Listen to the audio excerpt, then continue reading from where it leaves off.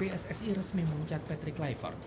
Pemutusan kerjasama ini disampaikan secara resmi oleh PSSI pada hari Kamis. Bukan hanya dengan Patrick Kluivert, PSSI juga memutuskan kerjasama lebih awal dengan tim kepelatihan lainnya di Timnas Indonesia di segala level usia baik U23 hingga U20 yang ditangani oleh Gerard Vandenberg dan juga Frank van Kempen. Keputusan diambil buntut kegagalan Timnas Indonesia lolos ke Piala Dunia 2026. Sebelumnya Patrick Kluivert resmi dikontrak jadi pelatih Timnas Indonesia pada Januari 2025. Dia dikontrak selama 2 tahun oleh PSSI, tapi kini kontraknya dipastikan berakhir lebih awal.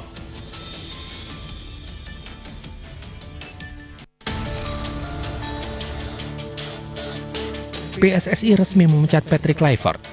Pemutusan kerjasama ini disampaikan secara resmi oleh PSSI pada hari Kamis. Bukan hanya dengan Patrick Kluivert, PSSI juga memutuskan kerjasama lebih awal dengan tim kepelatihan lainnya di Timnas Indonesia di segala level usia baik U23 hingga U20 yang ditangani oleh Gerard Vandenberg dan juga Frank van Kempen. Keputusan diambil buntut kegagalan Timnas Indonesia lolos ke Piala Dunia 2026. Patrick Kluivert dipecat, membuat publik bola terperanjat. Apakah ini adalah keputusan yang tepat? Nah, ini kita akan bahas bersama Mas Yova. Sehat ya Mas Yova ya? Alhamdulillah. Mas Yova, Patrick Kluivert dipecat mendadak atau sudah diprediksi? Sudah diprediksi mungkin karena banyak tekanan dari publik. Jadi Oh ya? PSSI juga akhirnya mengambil keputusan itu.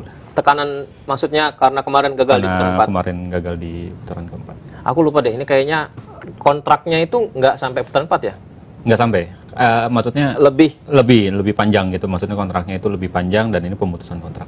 Meskipun ya kita nggak bicara soal sanksi di balik itu semua ya. Yeah. Tapi kalau menurut Mas Yova emang harus dilakukan? Ya, karena saya melihat ini sudah gagal di kualifikasi putaran keempat itu dan tekanan publik pun begitu terasa lah untuk PSSI. Bagaimanapun ini kan akan membawa PSSI-nya juga. Jadi tekanan itu pada akhirnya ya membuat keputusan lah, PSSI membuat keputusan untuk memecat. Karena kan sebenarnya ini sempat diutarakan juga ya dari federasi memberhentikan Sinteyong saat putaran 3 dan menggantinya dengan Patrick Kluivert. Mereka berani mengambil resiko karena kalau tidak berhasil tentu federasi yang disalahkan. Dan ternyata ya kita lolos putaran 4 lewat tangan Kluivert. Yeah. Tapi ternyata di putaran keempat tidak berhasil. Semua menyoroti Kluivert. Yeah. Jadi Kluivert yang salah atau sekarang federasi juga disorot? Kalau saya sih melihatnya bagaimanapun ini keputusan ada di PSSI, jadi PSSI juga yang membuat keputusan itu ya harus juga disalahkan gitu. Tapi karena Kluivert ini gagal untuk membawa timnas ke Piala Dunia dan terhenti lah, minimal kan harusnya masuk ke kualifikasi babak putaran kelima ya. Putaran kelima. Ya. Runner up di grup ya, B. Tapi itu gagal diwujudkan dan dia tim kepelatihan Kluivert ini tidak mampu untuk menjaga ruang ganti lah intinya. Tapi mari kita coba ngobrol ya teman-teman tentang performa Kluivert di timnas. Kan tidak adil rasanya kalau kita hanya lihat dari putaran keempat ini. Yeah. Di putaran ketiga kita menang dari Bahrain. Benar. Kita menang dari Cina. Yeah. 6 poin sangat berharga dan membuat kita lolos ke putaran keempat. Meskipun kalah telak sama Jepang, Australia. Tapi kalau Mas Yova lihat begini, apakah pola formasi strategi Kluivert ini cocok dengan timnas dan itu menggambarkan kita nggak boleh abai dengan itu, atau memang nggak ada yang dikerjakan Kluivert di timnas?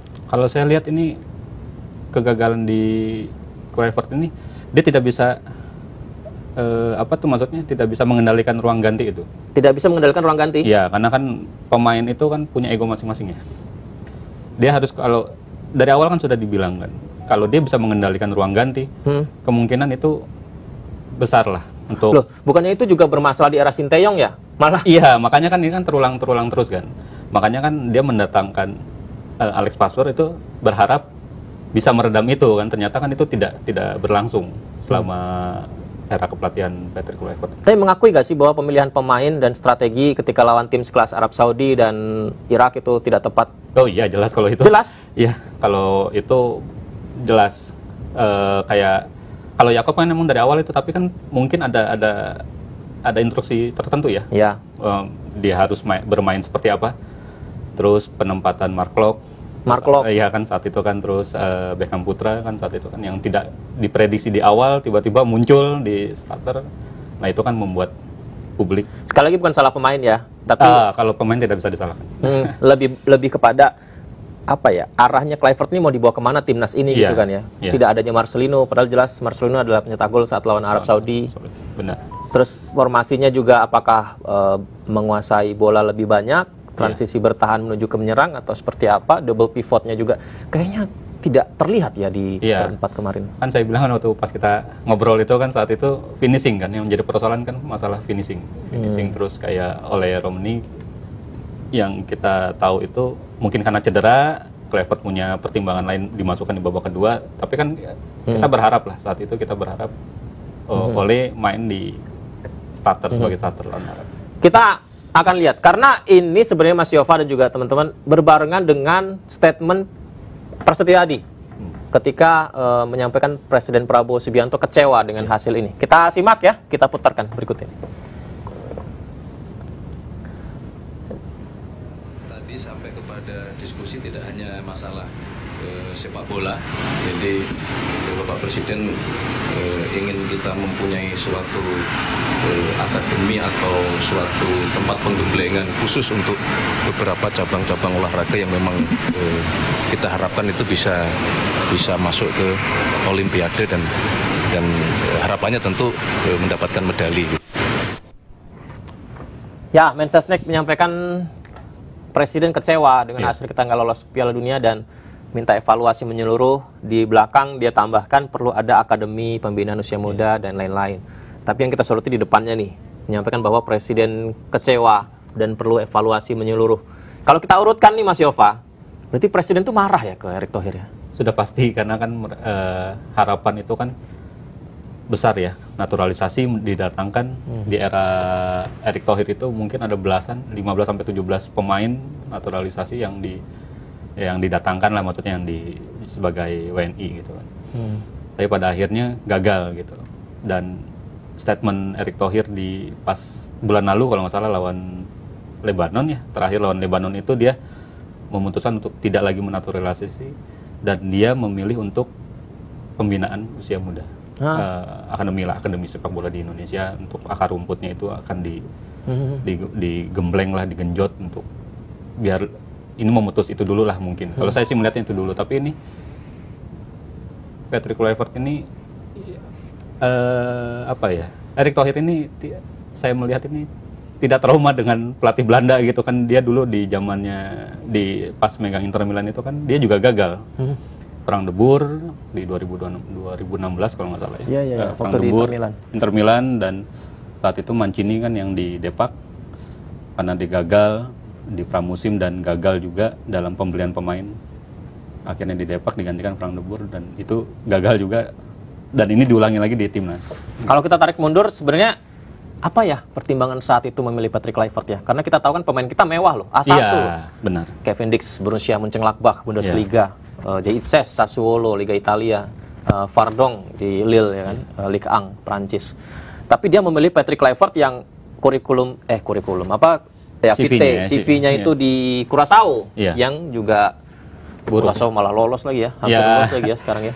Hampir lolos ke Piala Dunia dan ini sebuah ya berarti kan pada saat memilih nama Kluivert itu kan akhirnya kita sekarang mempertanyakan gitu, karena akhirnya berujung pada ekspektasi yang pada saat itu di mana pengalamannya sebagai pelatih. Kalau sebagai pemain jelas tidak debat, memang Kluivert sosok fenomenal kan pada saat zamannya gitu. Tapi kenapa tidak nama-nama seperti ada kayak siapa, Jesus Casas terus kayak Timur juga bagus kan, yang Uzbek terus banyak pelatih lain yang kenapa memilih nama Kluivert ketika kita berpikir mungkin Erick Thohir punya rencana ya terhadap Kluivert, mengetahui dalam, terus dengan mendampinginya dengan Alex Pastoor dan Denny Lanzat begitu, mungkin pengalaman sebagai pemain, perpaduan dengan taktikal menjadi satu dan diwujudkan di timnas, tapi nggak kelihatan.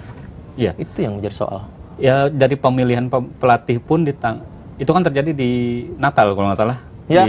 di Natal, dan itu kan jadi Viral itu. jadi bahan pembicaraan juga saat itu.